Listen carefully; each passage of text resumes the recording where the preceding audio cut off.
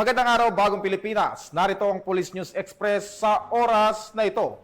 Inanunsyo ni Chief PNP Police General Nicolas Torre III ang pagdaragdag ng mental health support bilang isa sa option sa 911 emergency hotline sa kanyang mensahe sa sinagawang Monday flag raising sa Camp Crame. Sa bagong sistema, kapag tumawag ang isang individual sa 911, maaari nilang i-press ang number 4 kung gusto lang nila ng kausap. Aniya, batay sa datos, halos 2,000 Pilipino ang nagtakang kitilin ang kanilang sariling buhay mula Enero hanggang Hunyo ngayong taon. Ibinahagi rin ng hepe na noong siya ay District Director. Personal siyang nakasaksi ng masaklap na epekto ng kawalan ng mental health support na nag-udyok sa kanya na itulak ang 911 Press 4 Initiative. Isa sa mga gusto natin ilagay sa ating 911 na choices, kung may gusto lang kayong kausap, choice number 4. Because when you dial 911, press 1 for police assistance. Press 2 for fire assistance. Press 3 for health emergencies. And press 4 kung may gusto lang kayong kausap.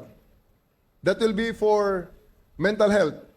Yung press 4 na may gustong kausap ay we are in talks now with various groups and volunteers na pag may isang tao na nag-dial ng 911 at pinindot ang number 4, siya ay ko-connect ng ating operator sa mga groups na kausap natin na handang tumanggap ng mga tawag na yon. Marami sa ating mga kababayan na kailangan lang ng kausap since January to June in the first half of the year. Almost 2,000 Filipinos killed themselves.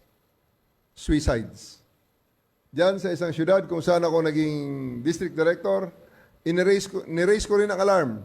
Dahil nung aking tenure, sa isang buwan, merong 15 na nagpakamatay. That is 1 every 2 days. Kaya inilagay natin, choice number 4, kung gusto niya lang ng kausap, at ito ay mag-operationalize pag matapos natin makausap ang mga volunteers at mga civic organizations at mga NGOs na magbibigay sa atin ng mga ready counselors na tatanggap sa mga tawag na ito.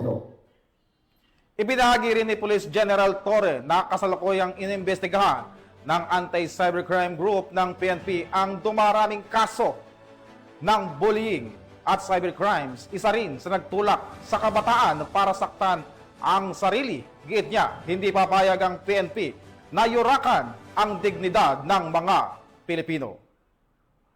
Isang portion ng papakamatay ay naging biktima ng bullying. Both physical bullying at online bullying. Right now, our ACG are investigating sizable number of bullying cases online. Blackmail, bullying, and many other crimes perpetrated on the cyberspace. But I want to focus on bullying. Bullying ay isa sa mga nakakasira ng pag-grow ng ating mga bata, ng mga kabataan, at sa mga matatanda naman, ang mga nabubuli, ang iilan sa kanila, yan nga. Nasisirang buhay ang iba nagpapakamatay. At para sa iba pang napapanahong balitang pampulisya, laging tumutok sa Police News Network. Alagad ng batas, tagataguyod ng Balitang Pulis. Ako po, si Patrolman Adrian Dayaw, nagbabalita para sa Police News Express.